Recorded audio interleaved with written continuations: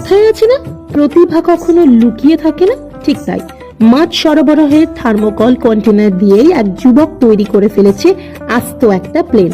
হ্যাঁ, তবে এই প্লেন যাত্রী পরিবহন করতে পারবে না ঠিকই, কিন্তু বহু দূর উড়ে গিয়ে প্লেনের মর্যাদা রক্ষা করতে পারবে।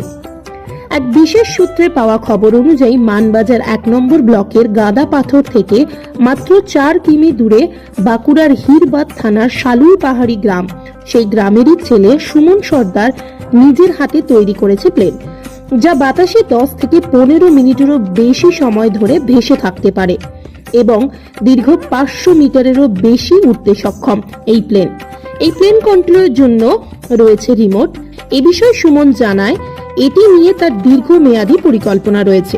যদি কোনো বিশেষ জায়গায় সুযোগ পাওয়া যায় তাহলে এই বিষয়ে তার দক্ষতা আবারও দেখাতে পারবে সে। তো হ্যালো, দেখতে পাচ্ছেন আমার হাতে এই দুটো প্লেন। তো এই প্লেনটার নাম হচ্ছে স্কাই সুরফির আর এই প্লেনটার নাম হচ্ছে ট্রেনারসি প্লেন। তো এই দুটো প্লেন আমি নিজে বানিয়েছি। আর এই প্লেন দুটো আমি কিভাবে বানিয়েছি, তো এই প্লেন দুটো বানিয়েছি আমি প্রথমে প্লেন দুটোর মেজারমেন্ট আমি খাতাতে একটা ড্রয়িং করি, আর অল মেজারমেন্টটা খাতাতে তোলা হয়।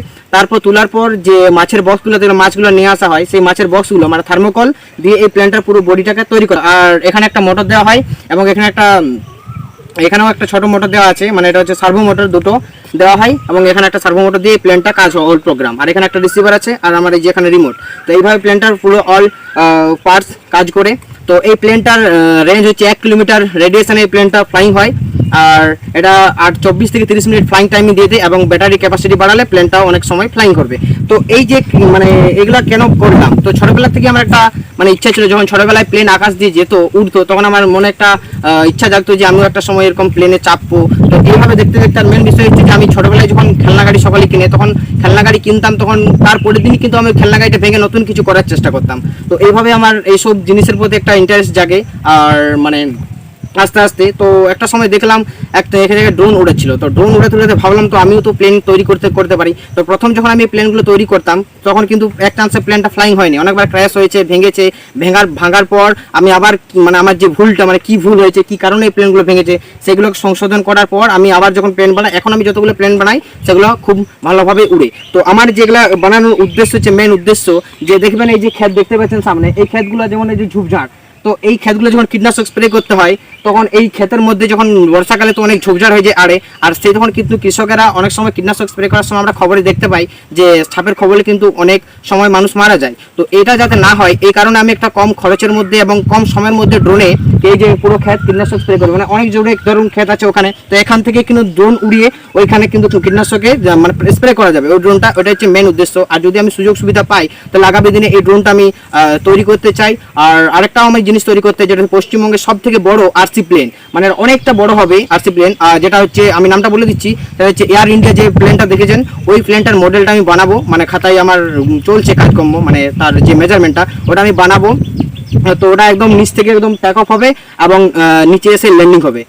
তো এগুলো আমার কতটা কি খরচা হয়েছে বা কতটা কি আমার মানে পরিশ্রম লেগেছে এটা বানাতে, তো আমার খুব একটা পরিশ্রম লাগেনি। এটা মানে কম করে বানিয়েছি। তো অনেক দিন ধরেই বানিয়ে মানে বানাতে আমার 1 মাস সময় লেগে গেছে। এখন যদি আমাকে এগুলো তৈরি করতে বলে তাহলে আমি 5 দিনের মধ্যেই 2 দিনের মধ্যে আমি এগুলো তৈরি করতে পারবো, কারণ এখন আমি এটা শিখে গেছি। তো এটা আমার রিমোটটা কিনতে, এই যে রিমোটটা দেখতে পাচ্ছি, রিমোটটা চাইলে আমি রিমোটটা নিজেও তৈরি করতে পারতাম, কিন্তু রিমোটটা তৈরি করতে গেলে ল্যাপটপ লাগবে, আর আমার কাছে কোনো ল্যাপটপ নেই। আর প্রোগ্রাম বারবার ডিসকানেক্ট হয়ে যায়, আবার প্রোগ্রামিং করতে হয়। এই জন্য আমি একটা সেপারেট রিমোট কিনেছি। আর এটা দিয়ে সমস্ত রকম জিনিস ফ্লাইং করা যাবে। আর খরচ হয়েছে এখানে একটা মোটর, আর এগুলো কিনতে আমার খরচা হয়েছে। আর এই খরচাটা আমি মানে নিজের যে হাত খরচের টাকা জমিয়ে আমি এই টাকাটা অনেকটা সময় লেগেছে টাকাটা জমাতে, তারপর আমি এগুলো করি। তো মেন উদ্দেশ্য হচ্ছে যদি আমি সরকার থেকে মানে কোনো সুযোগ সুবিধা পাওয়া যায় তাহলে আমি অবশ্যই কৃষকদের জন্য ড্রোনটা বানাবো, যেটা কম খরচের মধ্যে এবং কম সময়ের মধ্যে যে কোনো জায়গাতে কীটনাশক স্প্রে করা যাবে, যাতে বিপদমুক্ত থাকবে কৃষকেরা এবং সময়ও বাঁচবে।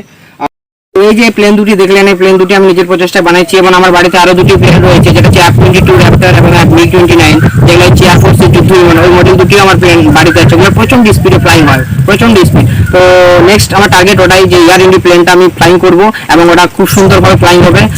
যাই হোক, ওটার পার্টস কিছু আমার কেনা হয়নি। তো আপনাদের কাছে একটাই অনুরোধ, আপনারা একটু বিষয়টা ভেবে দেখবেন। যদি আমি সুযোগ সুবিধা পাই তাহলে অবশ্যই আমি এই জিনিসগুলো বানাবো। আর ততক্ষণে আপনাদেরকে ধন্যবাদ।